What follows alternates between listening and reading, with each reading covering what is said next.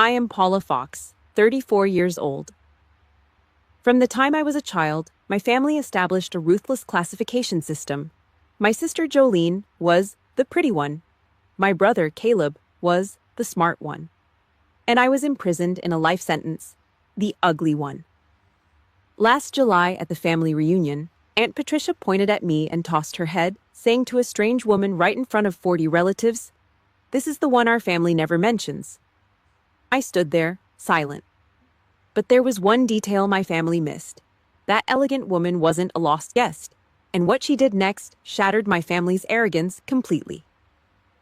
Welcome to Noble Revenge, where the brutal truth pierces through the layers of fake family facades. If you've ever been the invisible one in your own home, this story is for you. Leave a comment and let me know the label your family forced on you. And if you're new, hit that subscribe button so you don't miss any of the action. The dust on my Silverado's dashboard was the only thing I recognized. 102 degrees. Ohio humidity. It stuck to the back of my neck like a wet wool blanket. I cut the engine. The silence of the suburbs always felt louder than a mortar line. I stepped down, my boots crunching on the gravel Mom insisted on having bleached every spring. I smoothed my olive drab t-shirt. Simple, rugged, exactly what they hated. I scanned the yard like I was assessing a breach point. 42 heads. The Fox clan was in full bloom. Jolene was at the center of the lawn.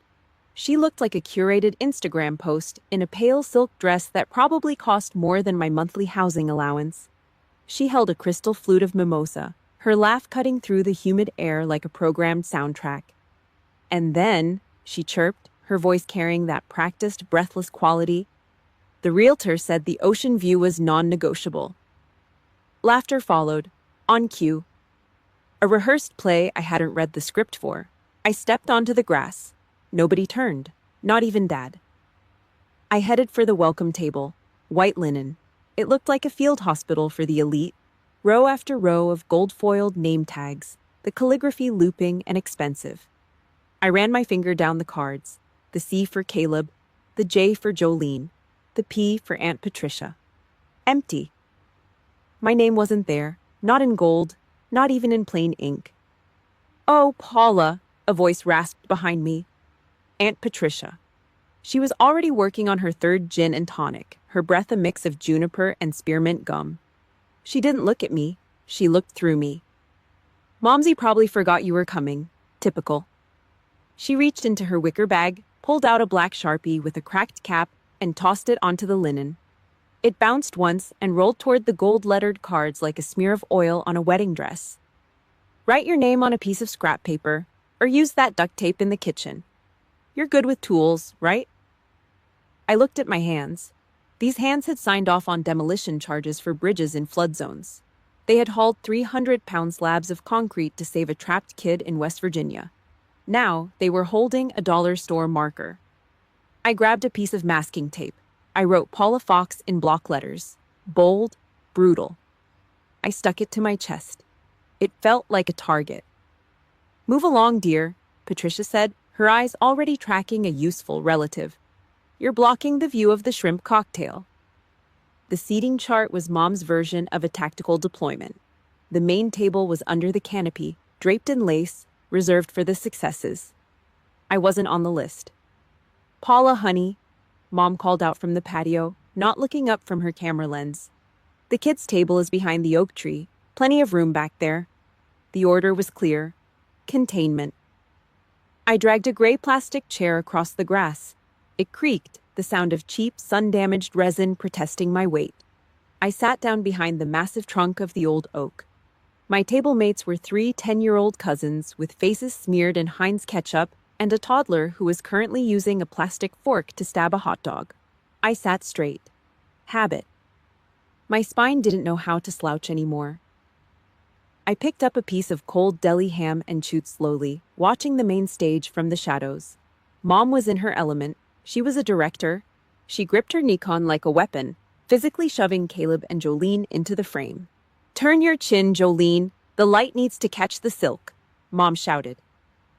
From my bunker behind the oak tree, I saw the truth. The Fox family didn't have a history. They had a PR campaign, and I was the PR nightmare they had to hide behind the shrubbery.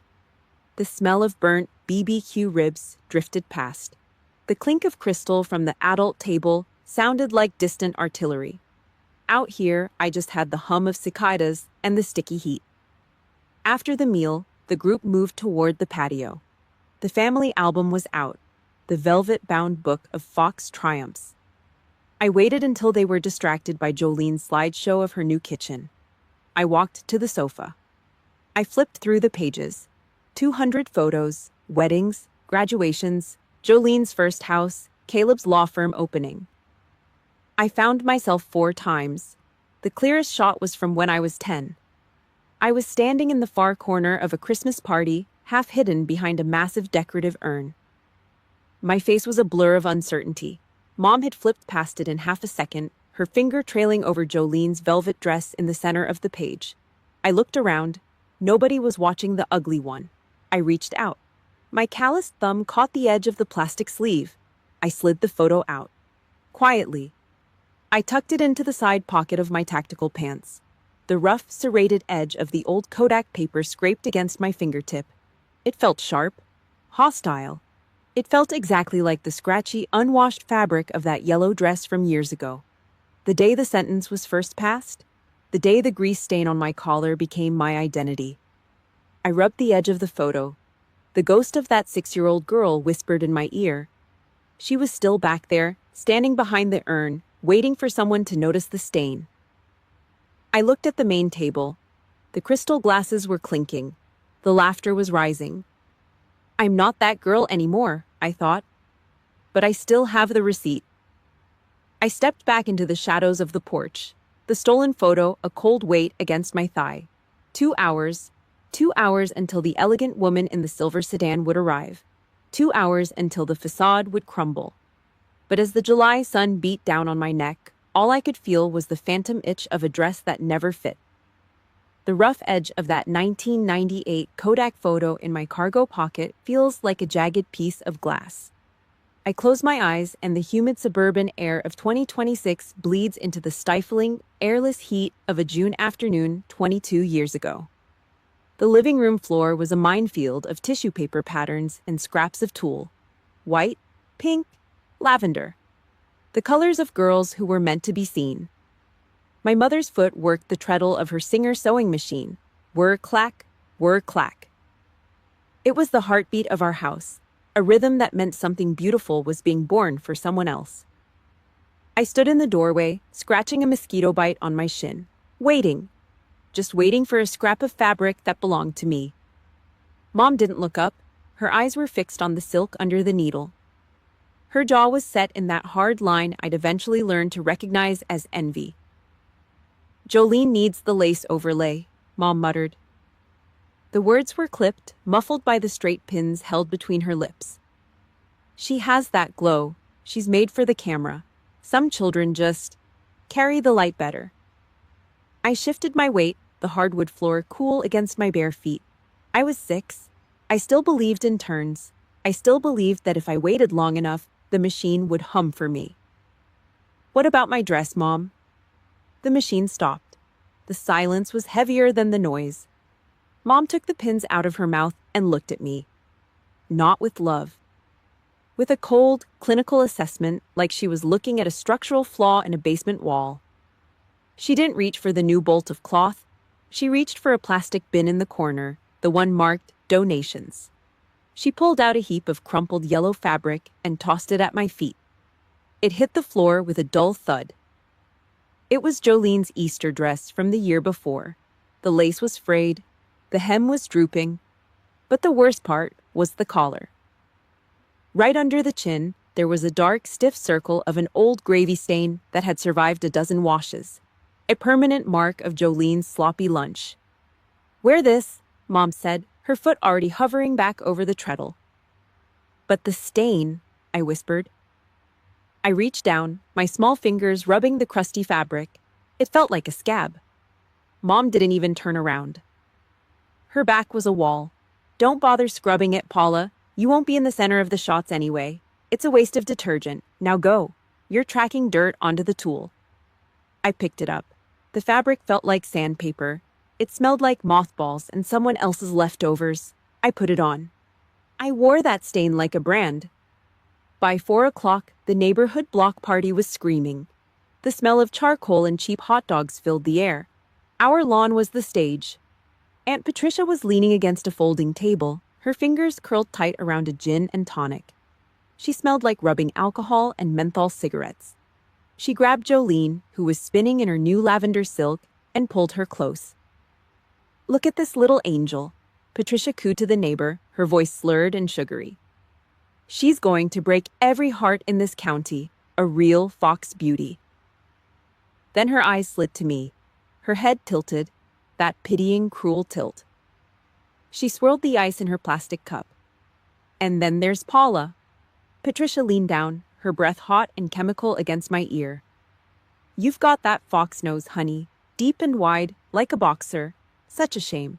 Life's going to be a long, hard haul for a girl with a face like that." My mother was standing 3 feet away. She had a glass of Chardonnay in her hand. She didn't tell Patricia to shut up. She didn't pull me away. She didn't tell me I was beautiful. She just tilted her glass, looked at the gravy stain on my collar, and laughed. It wasn't a big laugh. It was a sharp, brittle titter that clipped my wings right there on the sidewalk. "She's sturdy," Mom said, her voice devoid of warmth. "She's built for the background." That laugh. It was a drill pressing into my skull. At 6 years old, I thought maybe if I was good enough or quiet enough, the stain would disappear. But standing there in the humid Ohio sun, I realized the ugliness wasn't on the dress. It was a sentence they had passed on me before I even knew how to argue. The photographer from the local paper clapped his hands. "All right, everyone. Family shot by the rose bushes. Smiles on." Jolene was front and center, her lavender silk catching the light. Caleb was on the other side, looking sharp in a clip-on tie. Mom adjusted Jolene's lace, her touch lingering and tender. I tried to slide into the edge of the group. I just wanted to be in the frame. Mom didn't even look at me. She just made a flicking motion with her hand, like she was shattering a fly. "Paula, honey, step back. You're blocking the light on your sister. Step back another foot. Behind your cousin." I took a step back, then another. I moved behind my cousin's shoulder, then behind the thorns of the rose bushes. I kept moving until I was just a yellow blur in the periphery, a smudge. I learned right then that if you aren't the trophy, you are the trash. I learned to stop crying because tears just made the fox nose look redder. I learned to disappear. If you've ever felt like the person who had to step back so someone else could shine, you know exactly how heavy that yellow dress felt. I need to know I'm not the only one standing in the shadows. If you've ever been the family scapegoat, comment the word visible below. Let's show them we aren't hiding anymore. Like this video and subscribe to Noble Revenge. We're just getting started with the truth. I looked at the camera lens. I didn't smile. I just stared.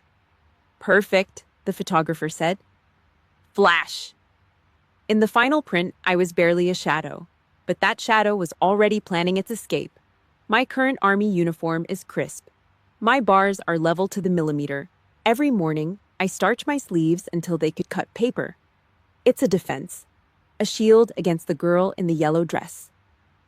I don't step back anymore. The attic of the Fox house was a furnace in mid-August, 104 degrees. The air was thick with the scent of insulation and dead cicadas. I was 16, crawling through the dust motes to find the boxes of Christmas tinsel Mom had ordered me to fetch.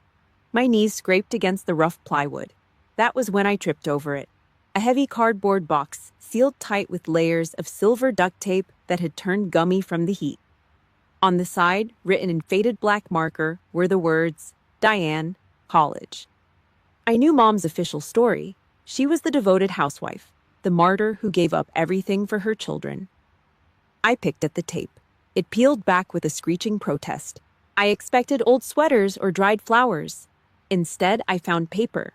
Hundreds of sheets of high-grade vellum and tracing paper. I pulled them out. Architectural sketches, blueprints for bridges, load-bearing calculations for highway overpasses scribbled in the margins in a hand that was precise, clinical, and brilliant. These weren't the doodles of a bored student. This was the work of a pro. My mother, the woman who spent her days sneering at my math homework, had been a star architecture student. I dug deeper. A transcript from Ohio State. All A's. Then, a final notice of withdrawal. The date on the withdrawal form was 19 years ago, 5 months before Jolene was born. I sat back on my heels, the graphite dust from the drawing staining my fingertips. Everything clicked. The gears of the Fox family hierarchy finally locked into place. Mom didn't hate me because I had a fox nose or because I was ugly. She hated me because I was a mirror. Every time I brought home an A in trigonometry, she didn't see a successful daughter. She saw the ghost of her own career. Every time I spent my weekends building intricate balsa wood models in the garage, she didn't see a hobby. She saw the life she traded for a diaper bag and a husband she didn't respect. I wasn't the ugly child. I was the living, breathing evidence of her failure. I was the girl doing exactly what she had been forced to quit. Jolene was the golden child, because Jolene was the reason Mom had to stop. To hate Jolene would be to admit her life was a mistake. So, she hated me instead. It was easier to bury me in the basement than to look at the blueprints on the attic floor. I stayed up there for an hour, breathing in the mold and the broken dreams. When I finally climbed down, the house felt like a cage. 2 years later, I staged my breakout. It was a Tuesday morning. The kitchen smelled like burnt toast and the lemon-scented floor wax Mom used to keep the house looking like a showroom. I walked to the kitchen table and slid a thick envelope across the formica. "What's this?" Mom asked. She didn't look up from her coffee. "Acceptance letter," I said. "Full ride, the military academy." She didn't congratulate me. She didn't smile. She picked up the letter with 2 fingers as if it were a used tissue. Her eyes scanned the words, "Combat Engineering." The silence stretched. It was the sound of a fuse burning down. She set the letter down and took a slow, deliberate sip of her coffee. Then she tilted her chin up, her eyes like 2 chips of flint. "A military engineer?" She let out a short, jagged laugh that felt like a razor across the skin. "That's not a place for someone like you, Paula. You think because you're sturdy, you can build something? You're just looking for an excuse to hide in a uniform because you know you'll never fit in a dress." She stood up, turned her back on me, and walked toward the sink. She didn't offer to help me pack. She didn't ask when I was leaving. She just started scrubbing a pot, the sound of the steel wool against the metal filling the room. I went to the garage. Dad was already there. He didn't say a word. He just picked up my canvas duffel bag and tossed it into the bed of his rusted F-150. He didn't look at the house. He didn't look at the front door where Mom was nowhere to be seen. The drive to the induction center took 3.5 hours. We didn't turn on the radio. The only sound was the hum of the tires on the interstate and the rhythmic thud of the wind against the glass. Dad gripped the steering wheel so hard his knuckles turned white. He was a man who had spent 30 years living under the thumb of a woman who breathed fire, and he had forgotten how to speak. When we pulled up to the main gate of the base, the sun was just beginning to dip behind the barracks. The MP at the gate checked my orders. Dad put the truck in park but kept the engine running. The vibration rattled my teeth. He didn't hug me. He didn't look at me. He kept his eyes fixed on the razor wire atop the fence. He rolled down the window, let out a shaky breath, and his voice came out like gravel in a blender. "Paula," he rasped. "Yeah, Dad." "Go out there," he said. "Build something they can't ignore." I grabbed my bag. I didn't look back at the truck. I walked past the gate, my spine straight, my eyes on the horizon. Behind me, the engine roared as he pulled away. I was 18 years old. I had $75 in my pocket and a duffel bag full of cheap clothes. But for the first time in my life, I wasn't invisible. I was a soldier. And soldiers know how to dig in for a long war. The blades of the Black Hawk cut through the Appalachian mist like a serrated knife. Mud. Cold, gray, West Virginia mud that got into your pores and stayed there for weeks. At 25, I wasn't the ugly girl hiding behind a decorative urn at a party. I was a lieutenant. I was the one deciding which towns got power and which stayed in the dark. We rebuilt the grid while the floodwaters were still licking at the rooftops. I turned my father's final orders into rebar and concrete. I built things they couldn't ignore. By 28, I was a captain. I commanded a tactical unit tasked with restoring national heritage sites. I spent my days in steel-toed boots, breathing in sawdust and history. I had 3 medals pinned to my dress blues. National Defense Magazine sent a photographer to the base to capture the woman who could bridge a canyon and preserve a cathedral in the same breath. I was a commander in the dirt. But in the Fox house, I was still the smudge on the lens. 2 years ago. Thanksgiving. The air in the dining room was thick with the scent of roasted turkey and Jolene's expensive French perfume. The table was draped in white lace that probably cost more than my first truck. We were sitting under the warm glow of a chandelier, surrounded by the sterile, polished comfort of a life I'd spent 14 years trying to outrun. Jolene had been talking for 10 minutes. Her voice was a steady, breathless stream of maple finishes and bespoke hardware. She'd just finished a remodel on her kitchen. Apparently, the grain of the wood was a crisis of international proportions. It's about the statement, you know, Jolene said, waving a forkful of stuffing. The maple brings a certain warmth that the oak just lacked. Mom nodded, her eyes shining as if Jolene had just negotiated a peace treaty. It's magnificent, honey. You have such an eye for the finer things. I sat at the far end of the table, my back straight. Habit. My spine didn't know how to slouch even in civilian clothes. I looked down at my hands. They were clean now, but the calluses were thick. I felt the weight of the news in my pocket. A letter from the governor's office. I decided to speak. I shouldn't have. The West Virginia Dam Project, I said. My voice was too loud, too sudden for this room. My unit just won the State Preservation Award for it. The governor is coming to the site next month. The silence that followed didn't just happen, it arrived. It was a heavy, suffocating blanket that dropped over the table. 2 seconds. The sound of a silver fork clinking against a china plate felt like a gunshot in a library. Mom didn't look at me. Her eyes remained fixed on a spot somewhere over my left shoulder. She tapped a manicured fingernail against the mahogany table. Tap, tap, tap. That's nice, Paula, Mom said. Her voice was as flat as a stagnant pond. She didn't ask what the award was for. She didn't ask about the governor.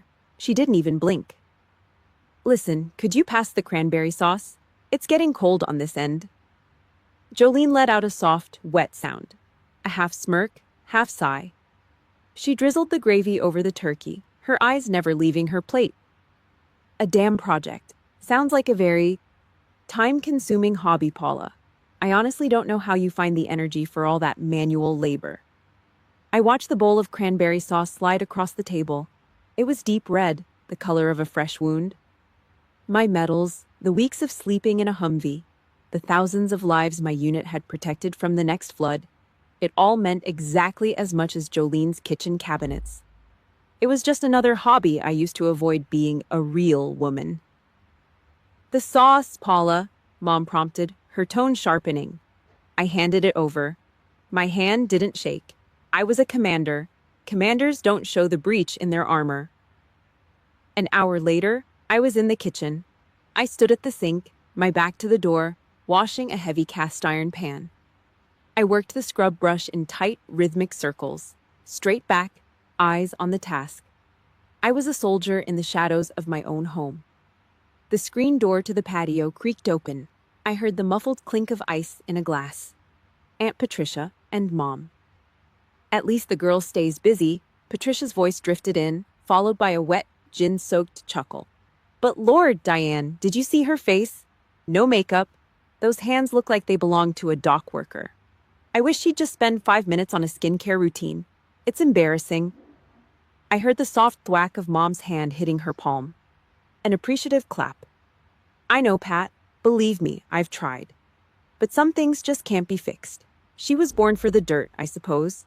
It's where she fits. I stopped scrubbing. The water was scalding, but I didn't feel it. I looked at the grease floating in the sink. I looked at the reflection of my own tired eyes in the window glass. I am a captain in the United States Army, I thought. I have led men through hell. I have built bridges where there was only ruin, and to them, I am just a failed cosmetic project. I turned off the faucet. I didn't dry the pan. I grabbed a kitchen towel, wiped the grease onto the fabric, and threw it into the sink with a dull splash. I didn't say goodbye. I didn't go back into the dining room to endure the dessert. I walked out the back door, my boots silent on the manicured lawn. I got into my truck. The engine of the F-150 roared, a beautiful, violent sound that shattered the suburban quiet. I pulled out of the driveway, the tires spitting gravel against Mom's bleached white fence. I drove. 4 hours, straight through the night. The highway was empty, just the white lines and the hum of the engine. Back to the base, back to the barracks, back to the only place where my name was spoken with respect instead of pity. I reached into my pocket and felt the governor's letter. I crumpled it. It didn't matter. No award was big enough to bridge the gap between us. As the sun began to bleed over the horizon, I saw the gates of the base. I wasn't going back. Not for a long time. But as I pulled up to the guard shack, my phone buzzed in the cup holder. A notification. A text from a number I hadn't seen in months. I didn't open it, not yet. I just stared at the razor wire glinting in the morning light. The war wasn't over. It was just changing fronts. The call came at 2:15 in the morning. It was a flat mechanical ringtone that shattered the silence of the barracks like a gunshot in a tomb. My old man. A minor stroke. The medic's voice on the other end was professional, but I didn't hear the details. I was on the interstate 10 minutes later, the needle of my Silverado hovering at 90 miles per hour. The highway was a blur of gray asphalt and red taillights. The wind whistled through the window sill, a high, lonely sound that matched the cold knot in my stomach. When I pushed through the double doors of the ICU, the smell of industrial-grade bleach and burnt coffee hit me like a physical blow. The fluorescent lights hummed, a persistent, low-frequency vibration that made my teeth ache. Mom was sitting in a cracked vinyl chair, her face bathed in the sickly blue light of her iPhone. She wasn't praying, she wasn't crying. She was scrolling through a digital catalog for outdoor patio furniture. She looked up as I approached, not with relief, not with worry. She just offered a thin, practiced smirk that didn't reach her eyes. "Oh, you finally made it," she said, her voice dry as a desert bone. "How surprising. I figured you were too busy playing soldier to bother with a little family warmth. Or did you just come for the free hospital cafeteria food?" She treated a captain in the United States Army like a stray dog looking for a handout. I didn't give her the satisfaction of a reaction. I kept my spine straight, my jaw locked. I walked past her, the click of my boots on the linoleum the only sound in the hallway, and took my father's withered, paper-thin hand in mine. He looked small. For the first time in my life, the man who had driven me to the gates of my future looked like he was already part of the past. A week later, the house was a morgue. Dad was stable but confined to the first floor, the medical bills piling up on the kitchen counter like a slow, white avalanche. Mom had checked out, retreating into her bedroom with her wine and her bitterness. I took it upon myself to handle the wreckage. I went to Dad's office. It was a cramped, damp box at the back of the house that smelled of old tobacco, stagnant air, and the slow decay of ignored dreams. It was a tomb for unfiled paperwork. I started cleaning, using the same methodical, cold-blooded focus I used when clearing a demolition site. I moved the heavy oak desk, the wood screaming against the floorboards. I pulled out the bottom drawers, the ones that had been stuck shut for years by the humidity. I was looking for insurance papers, but I found a war zone instead. In the very back of the lowest drawer, tucked under a stack of 2018 tax returns and uncashed rebate checks from the hardware store, I found a thick manila folder. It was tied shut with a heavy rubber band that had turned brittle and gray with age. When I touched it, the latex snapped, turning to dust against my skin. I sat on the threadbare carpet, the cold from the floor seeping into my legs. I opened the folder. My breath caught in my throat. Inside was my entire life. Not the one Mom talked about at dinner parties, but the real one. He had everything. Every local news clipping from West Virginia when we rebuilt the power grid. blurred, grainy printouts from obscure military blogs. There were even printed pages of long, messy URLs, the characters typed out one by a man who barely knew how to use a mouse. These were links to tactical journals and engineering awards. He had tracked every bridge I'd built, every citation I'd earned. 8 years of my career archived in cheap black and white ink. The paper felt thin and cheap, the kind you buy in bulk at a discount office supply store. The ink was faded in places, smudging under my thumb. He had hidden this archive here, under the mundane clutter of bills and taxes, in the one place he knew Mom would never bother to look. She had spent 34 years trying to erase my existence from the family narrative, but Dad had been running a counterintelligence operation right under her nose. He hadn't forgotten me. He had been watching from the shadows the whole time. I felt a hot, sharp pressure behind my eyes. A tear hit the page of a 2021 Army Times article, blurring the ink of my own name. I gripped the folder so hard the cardboard groaned. I wasn't just a smudge on a lens. I was a record. I was a legacy. A soft, rhythmic thud echoed from the doorway. I didn't have to look up to know who it was. The uneven gait of a man with a cane. Dad was standing there, leaning heavily against the doorframe, his breathing shallow and labored. He looked at the open folder on the floor, the papers scattered around me like autumn leaves. He didn't look ashamed. He didn't look scared of what Mom would say if she walked in. He just nodded, a slow, heavy movement of his head. His shoulders, usually slumped under the weight of Mom's tyranny, seemed to straighten just a fraction. "I've always kept the receipts, Paula," he rasped. His voice was like gravel in a blender, but it was the most beautiful thing I'd ever heard. With those 6 words, he confirmed the truth. Mom could deny my value until the day she died, but the man who mattered had the proof. I wasn't the ugly one. I was the one who built things that lasted. I looked at the folder, then back at him. My hands were stained with cheap ink, but for the first time since I'd left for the academy, the weight on my chest felt like it was lifting. I had my ammunition. I stood up, clutching the folder to my chest. I didn't say thank you. We didn't do that. I just nodded back. The July reunion was only weeks away. The one the family never mentions was coming back. And this time, I wasn't bringing a Sharpie and a piece of tape. I was bringing the receipts. I walked past him, my hand briefly brushing his shoulder. The house was still quiet, but the air felt different. The silence wasn't a cage anymore. It was a countdown. I had the proof. Now, I just needed the stage.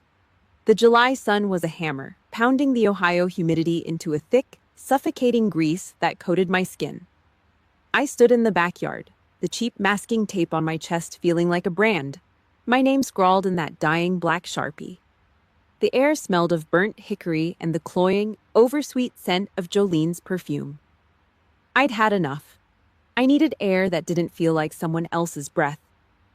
I slipped away from the children's table and ducked into Grandma's old study, seeking the cold, dead silence of a room that hadn't changed since the 90s. It was a tomb of cedar and dust. I leaned against the heavy oak desk, my breath coming in shallow, jagged hitches. The walls were thin. Through the wood of the French doors, Aunt Patricia's voice sliced through the house like a rusty saw blade. She was loud, the kind of loud that only comes from a third gin and tonic and a lifetime of being the family's toxic megaphone. "Paula's doing something. You know, with those old, crumbling buildings," Patricia brayed, her laugh sharp and jagged.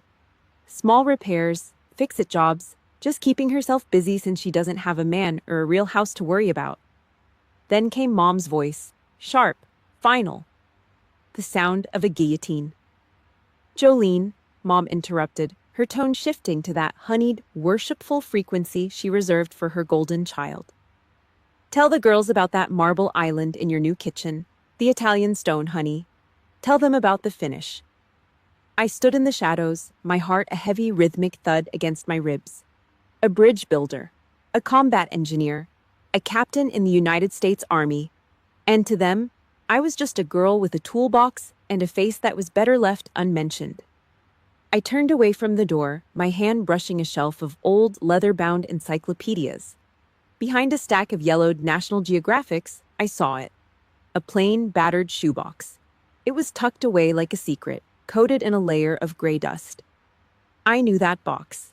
It was the one Dad used to keep under the seat of his truck, away from Mom's prying, judgmental eyes. I pulled it down, the cardboard feeling soft and felted with age. I pried the lid open, my breath hitched. Kodak photos, the old school kind, tucked inside a faded drugstore envelope. Graduation day at the military academy. The memory hit me like a physical blow. Mom had stood 10 yards away from the ceremony, squinting at her phone and complaining that the sun was ruining her makeup. She had snapped exactly one blurry, out-of-focus shot of the back of my head and told me she was ready to go before the traffic got bad. But the box told a different story. 15 photos. Dad had been there. He had followed me like a ghost.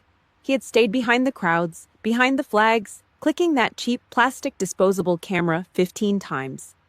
I spread the prints out on the mahogany desk. The girl in the photos was 22. Her second lieutenant bars were gleaming under the West Point sun. Her hat was tilted just right. Her spine was a steel rod. But it was her face that stopped my heart. She was smiling, not a shy, step-back smile. It was a roar. She looked like a lion that had finally found its pride. I looked at the girl in the Kodak prints. Then I looked down at my own hands. My knuckles were scarred. My skin was leathery and dark from years of working with rebar, concrete, and high explosives. For 34 years, they had told me I was the ugly one. They had tucked me into a box labeled broken and secondary. I had worn that label like a shroud. I had sat at the kids' table because I thought that was where I belonged. But the girl in the photo, she didn't belong at any damn kids' table. She didn't belong behind an oak tree. She was the one who built the bridge while everyone else was standing on the shore complaining about the water. Outside, Jolene let out another high-pitched, rehearsed laugh that rattled the window pane. I gathered the 15 photos. I didn't put them back in the box. I slid them into the side pocket of my cargo pants, feeling the sharp, serrated edges against my thigh. I stood up. I didn't slouch. I didn't hide. I smoothed the wrinkles out of my shirt and pulled my shoulders back until my spine felt like the steel girders I spent my life inspecting. A cold, sharp chill ran down my back, the kind of calm that comes exactly 5 seconds before the demolition charge goes off. I wasn't a victim anymore. I wasn't the girl in the yellow dress. I was a commanding officer. And I was about to retake my position. I reached for the door handle. I was done with the shadows.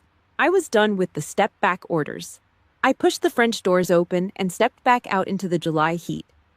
The backyard was a swarm of white linen and expensive gin. Patricia was still braying about Jolene's accomplishments. Mom was still directing the light. I walked to the edge of the patio. I didn't say a word. I just stood there, my boots heavy and solid on the bleached stone. Then the sound came. The crunch of high-end tires on the long gravel driveway. It wasn't the rattle of a farm truck or the hum of a suburban minivan. A silver sedan. Sleek. Professional. It pulled up to the front of the house and stopped with a sharp, precise hiss of brakes. The engine died. The silence that followed was heavy, pressing down on the party like a physical weight. The driver's door opened. A pair of designer heels hit the gravel with a sharp, rhythmic click. The reinforcements had arrived. The silver sedan didn't just pull up, it claimed the driveway. Tires ground into bleached gravel with an expensive luxury hiss that silenced the cicadas. Every fox head turned. A reflex. The car belonged on Park Avenue, not next to Dad's rusted Ford. The driver's door opened with a pressurized thud. Designer heels hit the ground. Click, click, crisp and lethal, like a firing pin dropping into a chamber. Nora Whitfield stepped out into the Ohio heat under the July sun. She was carved from the New York ice. White linen vest. Metal-rimmed shades caught the sun and threw it back like a challenge. She didn't look for the host or the buffet. She looked for the target. The smell of burnt BBQ ribs and expensive gin hung heavy in the air, but she didn't blink. She carried a leather briefcase that looked like it held a state secret. The Fox family's radar was screaming. Jolene stopped talking about her kitchen island. Mom lowered her Nikon. This was power. Real power. not the kind you buy at a suburban mall. Nora didn't head for the main table. She walked past the successes and headed for the shade of the old oak tree. My bunker. She pulled out the plastic chair opposite me. The sun-damaged resin creaked. She sat down, her back straight as a soldier's. We didn't hug. We didn't do warm. We did results. Aunt Patricia hurried over, clutching a gin and tonic like a shield. She stepped between us before I could speak. She threw Nora a smile that was all teeth and desperation. "Oh, hello," Patricia brayed. Her breath was a spill of juniper and peppermint. "I'm Patricia. You must be lost. The real party is over here. We've got the good shrimp and imported cheese." Nora didn't look up. She unlatched the metallic silver buckles of her briefcase. Patricia didn't take the hint. She pointed a manicured finger at me, her lip curling in familiar cruelty. "Don't mind her. Every house has one. Slow, plain. This is the one our family never mentions. The ugly fox. If she's bothering you, I can have her move back to the garage." Patricia expected Nora to laugh. She expected a shared look of pity. The world stopped. Nora's hands froze on the leather flap. The air under the oak turned to frost. She slid her shades down. She looked at Patricia. It wasn't a look, it was a biopsy. She looked at Patricia like she was a smear of grease on a white rug. I didn't say a word. I caught Nora's eye and gave a single, sharp nod to her. Fire for effect. Nora stood up. She dominated the backyard. Patricia withered, her gin sloshing over the rim. Nora reached into her briefcase and pulled out a heavy, glossy portfolio. It was thick. It was dangerous. She walked to the main table. Jolene was mid-bite. Nora slammed the portfolio down. Thwack! It hit the table with the weight of a lead pipe, sending a silver fork flying and pinning Jolene's bowl against the lace. Mom stepped forward, face a mask of confusion. "Excuse me? Who are you?" Nora ignored her. She flipped the cover open. "I'm not here for the shrimp," Nora said. Her voice was a cold wind off the Hudson. "My name is Nora Whitfield. I'm senior editor at American Infrastructure." She pointed at a photo on the first page, a majestic structure in West Virginia. That building was scheduled for demolition. Nora's voice rose, silencing 40 relatives. "Your daughter saved it. She rebuilt the soul of that town. The council just voted. They're naming the library after her." Nora flipped to the final page. The cover for next issue. It was me. Full color, no makeup, just the uniform and the look of a woman who owns the ground she stands on. "Paula Fox is one of the most significant combat engineers in this country," Nora said, her eyes locking onto Mom. "The Pentagon calls her. The governor calls her." Nora leaned in, her shadow falling over Mom's dress. Her voice dropped to a lethal whisper. "And she's your daughter. I assumed the family would be celebrating. Or is it that you just didn't know?" Mom's mouth opened. No sound came out.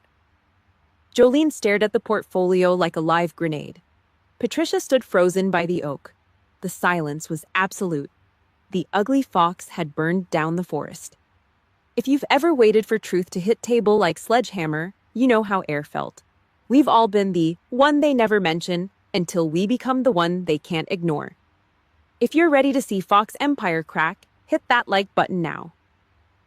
Comment revenge if you've ever had a Nora stand up for you, or if you're finally standing up for yourself. Subscribe to Noble Revenge.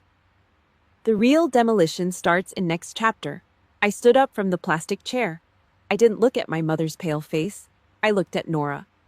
"Thanks for the delivery," I said. Nora slid her shades back on. "Anytime, Captain." She walked back to the sedan. Click, click.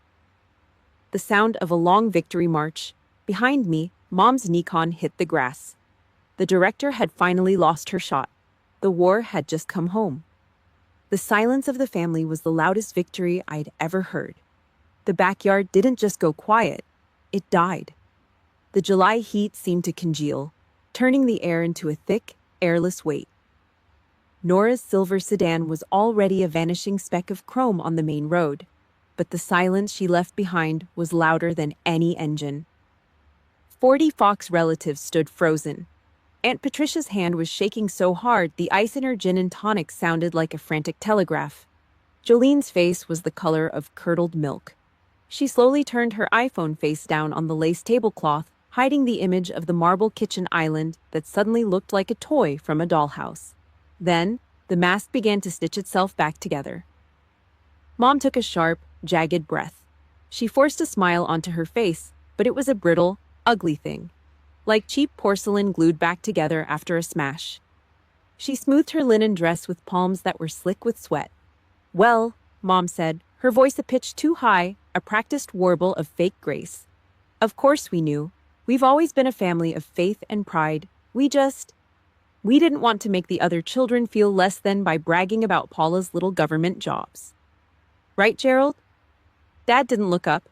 He just gripped his cane and stared at his boots. "I was just joking earlier," Patricia chimed in, her voice a desperate, alcohol-soaked rasp. "You know how it is. Family teasing. It keeps the ego in check. We're so proud, Paula, truly." The lie was a house of cards in a hurricane. It collapsed when Samantha, my 16-year-old niece, broke the circle. She lunged for the portfolio on the table, her eyes wide. "A building!" Samantha yelled, her voice cutting through the fake suburban politeness like a chainsaw. "Aunt Paula, you have a whole damn library named after you. This is insane." "Mom, why did you say she just fixed leaky pipes at the base?" The air left the yard. Diane Fox didn't look at her granddaughter. She looked at me. Her eyes weren't filled with motherly pride. They were filled with the cold, concentrated venom of a cornered predator. "Kitchen! Now!" Mom hissed. She didn't wait. She turned on her heel and marched toward the house. I followed. My boots felt heavy, grounding me to the earth while the rest of the family hovered in the wreckage of their own arrogance. We stepped into the kitchen. The fluorescent lights overhead hummed a low, buzzing frequency that made my skull itch. The smell of burnt garlic and lemon-scented floor wax was suffocating. This was her kill zone. The place where she'd spent 30 years breaking my spirit between the stove and the sink. Mom turned. She didn't look small. She looked bloated with rage. Her chest was heaving, the pearls at her neck bobbing like white buoys in a storm. "How dare you?" she rumbled, her voice a low, lethal vibration. "How dare you bring a stranger into my home to humiliate me in front of my friends? After everything I gave up, after the years I spent making sure you had a roof and a bed?" The Darvo playbook. Deny. Attack. Reverse victim and offender. I watched her lips move, and I didn't see a mother. I saw a failing commander trying to gaslight a scout who had already seen the map. "You're playing the martyr again, Diane," I said. My voice was flat. I stood with my feet shoulder-width apart, my hands at my sides. I was a soldier in a bunker, and she was firing blanks. "I am your mother," she shrieked.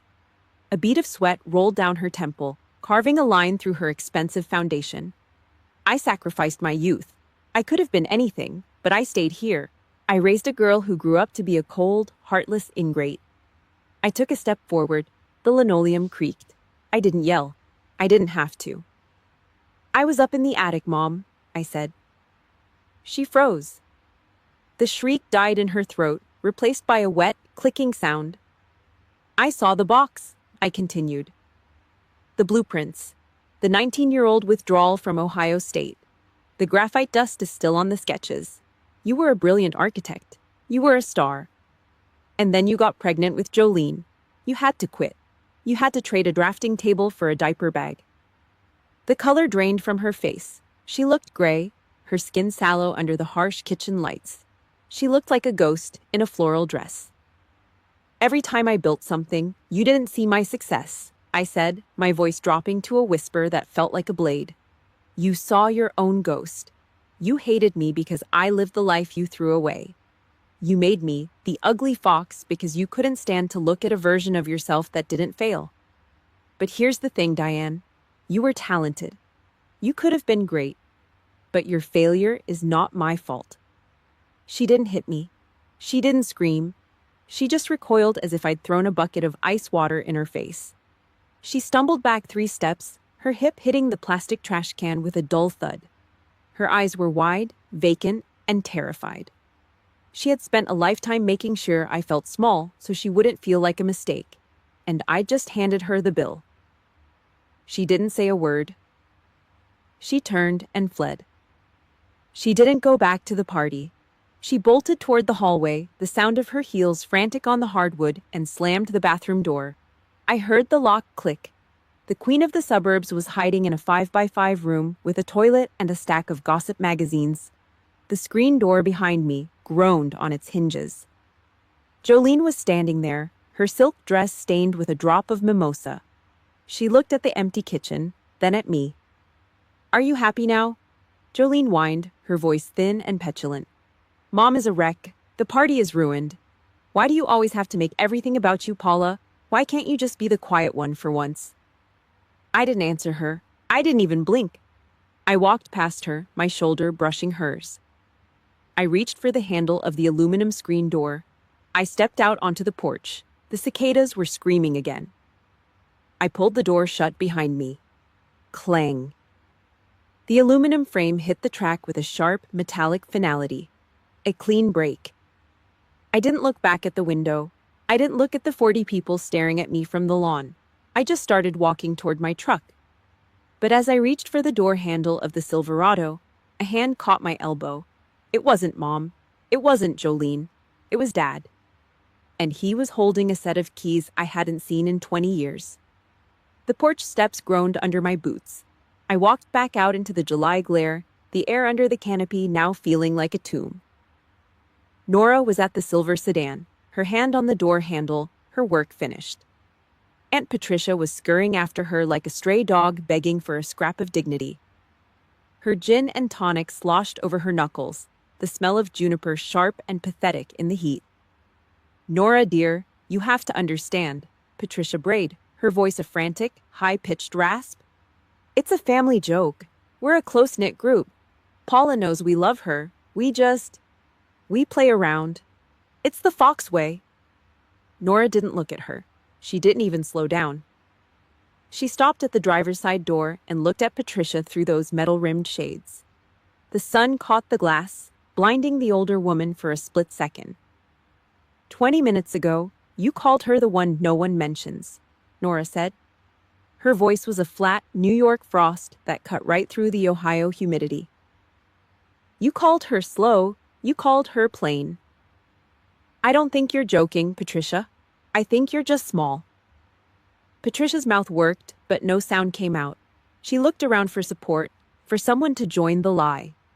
She looked at Uncle Ray, who had been sitting in the same lawn chair for 40 years, watching the world through the bottom of a Budweiser can. Ray stood up. It was a slow, heavy movement, the sound of his joints popping like dry twigs. He didn't look at Patricia. He looked at the table, at the salad Jolene had abandoned, at the gold-foiled name tags that suddenly looked like trash. He took his beer and slammed it down on the mahogany table. Thud! The foam bubbled over the rim. "Pat," Ray said. His voice was a low, rusty rumble. "Sit down. Lock your mouth. This thing is over. You're making us look like fools." The silence that followed was absolute. Patricia wilted, her shoulders collapsing as she slunk back to her chair. The Fox megaphone had finally been unplugged. I ignored the wreckage. I walked past the 40 relatives who were suddenly very interested in their shoes. I headed for the old oak tree. Dad was still there, leaning against the rough, serrated bark. He looked like he'd aged 10 years in 10 minutes. His chin was trembling, a rhythmic, uncontrollable twitch that broke my heart more than the last 30 years ever could. "Paula," he rasped, his eyes fixed on the grass. I should have protected you. I should have stood between you and her. I spent my whole life hiding in the garage while she was carving pieces out of you." I reached into my side pocket. I felt the sharp, serrated edges of the 15 Kodak photos. I pulled out the top one. The girl in the second lieutenant bars. The lion. I pressed the rough paper into his palm. I didn't let go until his fingers curled around it. "You kept the receipts, Dad," I said. My voice was steady, the authority of a captain finally coming home. "That was enough for then, but this is for now." Don't you dare hide this in a shoebox. Don't you dare tuck it under the tax returns. You take this inside. You hang it in the living room, right next to Jolene's wedding portrait. You let everyone see what a Fox architect actually looks like. He looked at the photo. He looked at the girl who wasn't stepping back. He nodded, a sharp, forceful movement. He gripped the photo tight until the edges crinkled. "I will," he whispered. "I promise, Paula." "Paula Eleanor Fox." The scream came from the porch. The screen door was still vibrating from the impact. Diane Fox was standing there, her face a mask of red blotches and cold fury. She looked like a queen who had just realized the peasants had found the armory. "Everything you have belongs to me," she shrieked, her voice echoing off the bleached white fence. "I gave you that uniform. I gave you this name. I treated all of you the same. I was fair. I was a good mother." I turned. I didn't move fast. I didn't give her the energy of a fight. I just stood there, my boots heavy on the Ohio dirt, my arms hanging loose at my sides. "Look at the walls, Diane," I said. My voice was a cold, clinical report. 3 photos of me, 14 of Jolene, 5 of Caleb. You didn't treat us the same. You spent 30 years building a shrine to your own ego and using me as the foundation. You didn't make me the ugly one because I was. You did it so you didn't have to admit you were the one who quit. "Is this how you repay me?" she wailed, clutching the porch railing. "After I spent my life for you?" I looked at her. I looked at the 40 people watching. I looked at the house that had been my prison.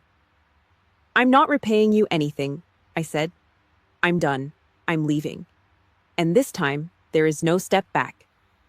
I walked to the main table. I picked up the portfolio Nora had left. I didn't look at Jolene, who was still staring at the ground. I walked to my truck.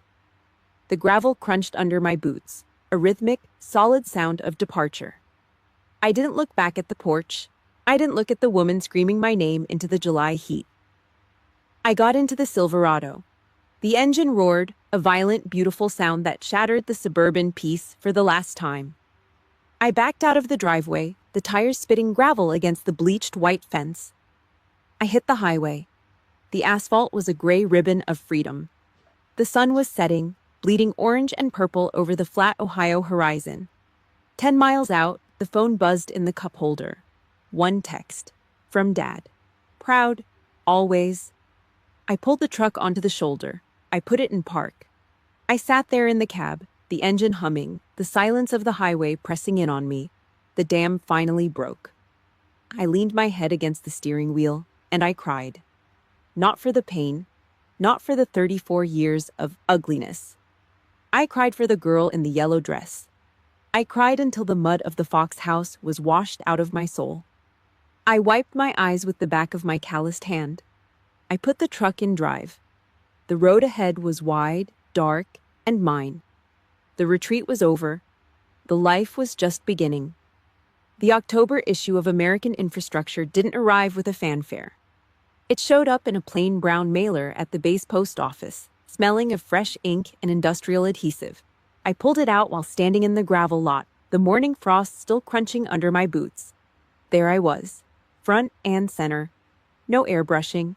No soft lighting to hide the scar on my chin or the lines around my eyes from a decade of squinting at sun-scorched blueprints. Just a major in a hard hat, standing in front of a bridge that was supposed to be a pile of rubble. The headline was simple: The Architect of the Invisible. Word got back to the house in Ohio. Dad didn't call, but I knew what happened. He told me in a brief 3-word email. He'd taken the magazine, bought a heavy oak frame from the hardware store, and hammered a nail into the living room wall, right next to Jolene's high-gloss wedding portrait. Mom didn't say a word. She reportedly walked past it every day, her eyes fixed on the floorboards, treating my success like a stain on the rug she couldn't scrub out. Jolene sent a text 2 days later. "Congrats on the magazine. Looks like you're finally getting some attention." I didn't reply. I didn't feel the old sting, the desperate need to explain or defend. In my mind, that unit had been disbanded. The Fox family empire was a ghost town, and I was finally out of the blast radius. Thanksgiving rolled around a few weeks later. The air turned sharp, smelling of wood smoke and coming snow. I didn't pack a suitcase for Ohio. I didn't buy a turkey.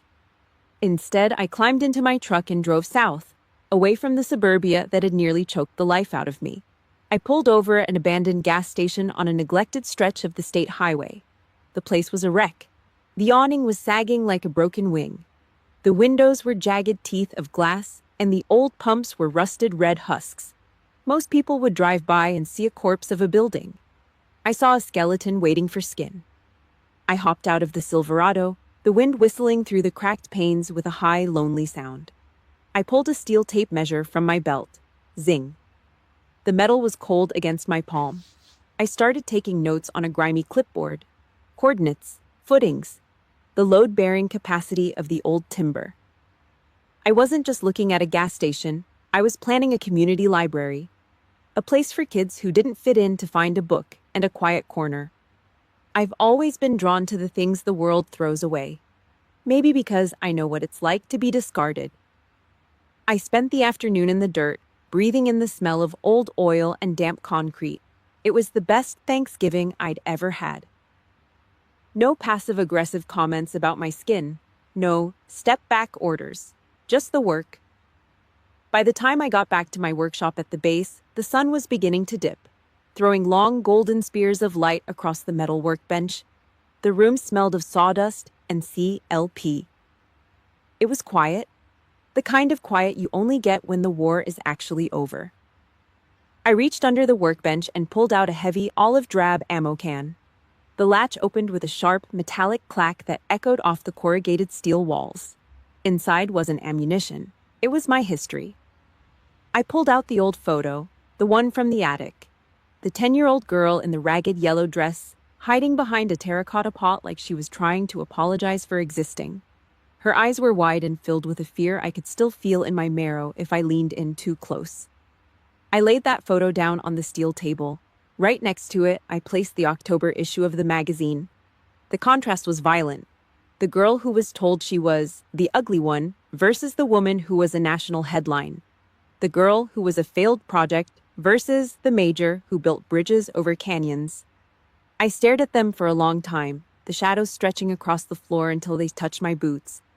I reached out and ran a calloused thumb over the face of the child in the yellow dress. The paper was soft, almost felted with age. "Still her?" I whispered. I smiled. A real one. Not the defensive smirk I'd used as a shield for 30 years. I realized then that you can't fix a foundation that's been rotten from the start. You can't negotiate with people who need you to be small so they can feel big.